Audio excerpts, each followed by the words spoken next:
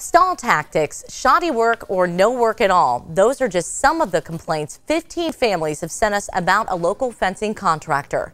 Many of them say the company took their money and ran. In all, we're talking more than $80,000. The I-Team's lead investigative reporter, John Bedell, first told you about this last week. Now he's live in Miami Township after uncovering prosecutor's office investigators now have this contractor on their radar. John? Yeah, Brielle, since my first report, I've heard from more than a dozen families, including the guy whose yard we're in right now. I want to show you this is part of his unfinished fence here in his yard. Everybody has had nearly identical complaints about Dixie Fence South LLC and its owner, Rob Fraley. And for the first time, I'm hearing from his lawyer. One day I was home on the back porch and they were riding little mopeds or something through my yard. Jim Davis told me the neighbor kids is why he wanted a new fence in Miami Township. And I thought, okay, this is not happening. You know, I'm gonna just put a fence up. But now all he's left with is an unfinished fence and frustration. Davis dealt with Dixie Fence South LLC. He showed me the documents that show he gave owner Rob Fraley a 55% down payment in March. I gave him $11,000. The job still isn't finished. The I-Team found 15 people who have complaints about Dixie Fence South LLC.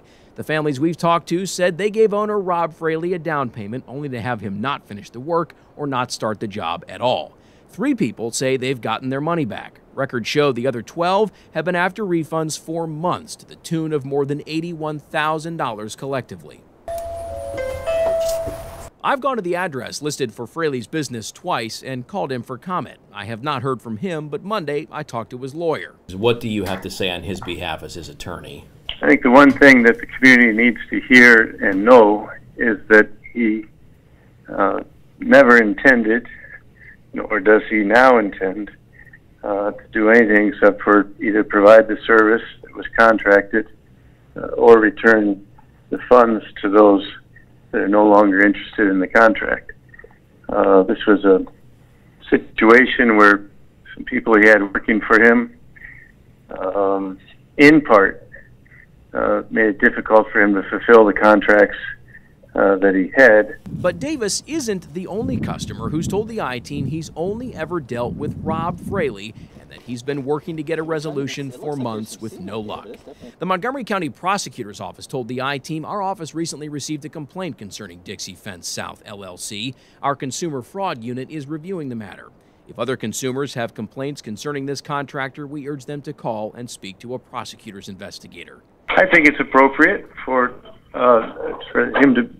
unit to review this. It's clearly on its face would look like a situation that requires an explanation. Back in Miami Township, that's all Davis is hoping for. Well, I've learned my lesson. I'm definitely going to check companies out first before I hire them. But I just want this guy to stop.